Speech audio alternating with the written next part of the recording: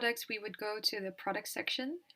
As you can see right now, there is no product. So we click on add new product. Here you have a quick overview of your product. So you have a product image, the name, the price, and if it's discounted, a short description, the category, and some tags, and then the full description.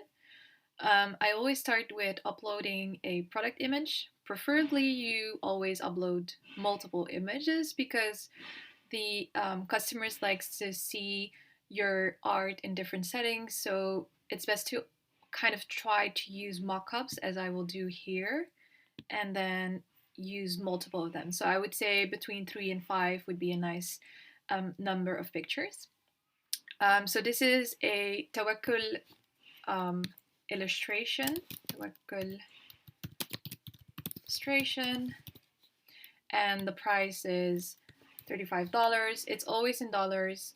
If you do have a discount price, you can add it here. So let's say for this week we offer it for $25, and if it's from a specific date, you can put that here, and if not, you can just cancel it.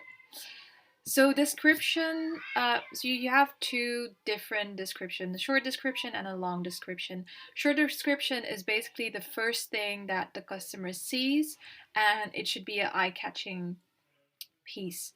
So oftentimes artists put what you have made, so really a piece about tawakkul and also why they have made it, and then they often add the size, because that's something that is important when making a decision as a customer. I will fill this in a bit. Category, as I said, it's an illustration, so you put that there, and then a tag, tawakkul. It's searching if there are like similar tags. If not, it's just gonna create one for you. Maybe we can say pink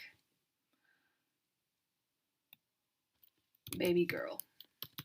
Just thinking of the colors basically. And then here the description is more, you can give more information about maybe the different colors that you have, if it comes unframed, the materials that you have used, how you're gonna ship it, especially when you're actually selling a painting that still needs to be made. It's important that you add how long it will take you to produce that painting after the order is made, and when can a customer expect the shipping, the quality, so is it sealed or varnished, can they expect the colors to last forever, or any other important information that can help a customer make their decision is something you really need to put in the full description. So I will fill in mine and I will come back in a bit. So here we have it. Very short, what it is, the color it is in, what it means. Tawakkul means full reliance on God, and why the artist created it. And then very short, like the sizes A4, A5, and 9 to 13 inch. So this is a digital product. And then here it gives some advice on where it could be possibly put. So maybe like a girl's bedroom due to its pink colors, but it's also a great baby shower gift. So really feel free to also give suggestions to your customer, because they kind of need that. And that's why also it's best to have multiple pictures of different rooms or places, so they have a better idea of how it would fit in their life. Comes in different colors and sizes, so feel free to reach out to me. There is a built-in chat button on the product page, so they can reach out. Then again, the sizes comes unframed, because you as a customer, you might assume that it comes framed due to the picture, but you need to be clear about what they're actually getting. The quality of the material used, again, like I said, if it lasts forever, and then you can also add like how is it shipped. So in this case, it's a poster tube. Then I will click on create product, and then we will have a different page where we can put more information. So this is the information that we already had, right? Um, and this is the important part. So a product type is set on simple, but because this is an illustration and it's a product that you're actually, well, although in the description I said it's shipped in a postage tube. For the sake of this example, let's say now it's a downloadable product. You will check this box, and then if you would go down, you would be able to add your file and the name, so that once the order is made, the customer can download the file directly. Here it says download limit. That's the amount of time that a person can download your illustration. If you put -1 here, it means that it will be unlimited, and then the download expiry is a number of days that a person is allowed to download your product. Again, if you do -1, it's unlimited. So that's a small trick that you can use. So let's go back and now imagine that this is not a downloadable product, but a product that is actually ready to be shipped. So I'm going to uncheck that one and scroll down. So short description, and here we come to the inventory. Here we enable product stock management to say how many pieces we have of this illustration. Let's say we have 10 in our stock. Here we can say when we want to be notified to refill our stock. So let's say when we reach three of these illustrations left in our stock, we will get notified, and then we can do something about it. Allow back orders means that you can sell although there is no stock. I only recommend this if you have a downloadable product, or if it's print, in the sense that you can easily produce it. If this is a full-on painting that you have to create, be careful with this option. If you do use it, be very clear in your description on how long it will take you to produce a piece, and when the customer can expect their shipping.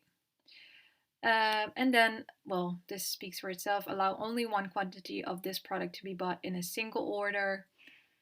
If you want that, you can check this box. If not, then you can just leave it. So geolocation is to understand from where the product is coming from. You can use the same location as your store. And right now, because this is a demo account, I have not set the location yet. But you can do that, and then it will just be ready to go. So shipping and tax. If this product requires shipping, you check this box, and then you can fill in the weight. I would also keep in account the weight of the box, because that would be also helpful. But you can also set that up in your shipping settings, which I will explain in a bit. So it depends on how you do it. You can take into consideration your box in this whole step, or you can take it into consideration when you actually set up the shipping. Let's say I'm just putting random things here. Be aware this is all in the centimeters and not inches. So if you're from the US, keep in mind that you need to revert this to centimeters, as this will also be used in your shipping calculation if you make use of the live rates. If not, then it's not useful. But just for the customer, it's good to always have just one metric. If everyone suddenly uses different metrics, then it will be very confusing. So attributes basically means, like, let's say you have different colors, as is in my case, then you can add your attribute.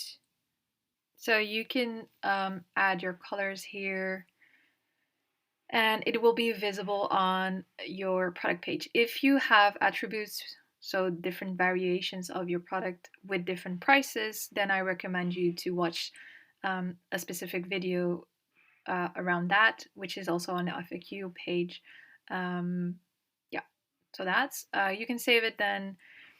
Um, if you have a bulk discount, then you can say that. So the minimum quantity that you want to apply the discount on, and then the amount of percentage can be added here.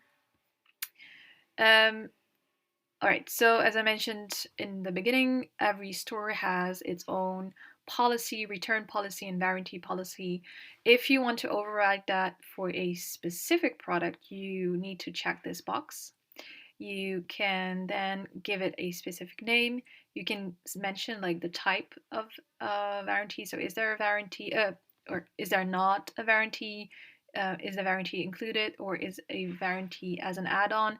Which means that you are asking the customer to pay extra um, to enable that warranty, and then you can say how many days it is.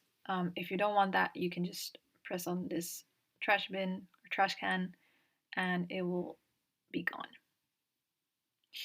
And then you can explain a bit more around your policy and write that here.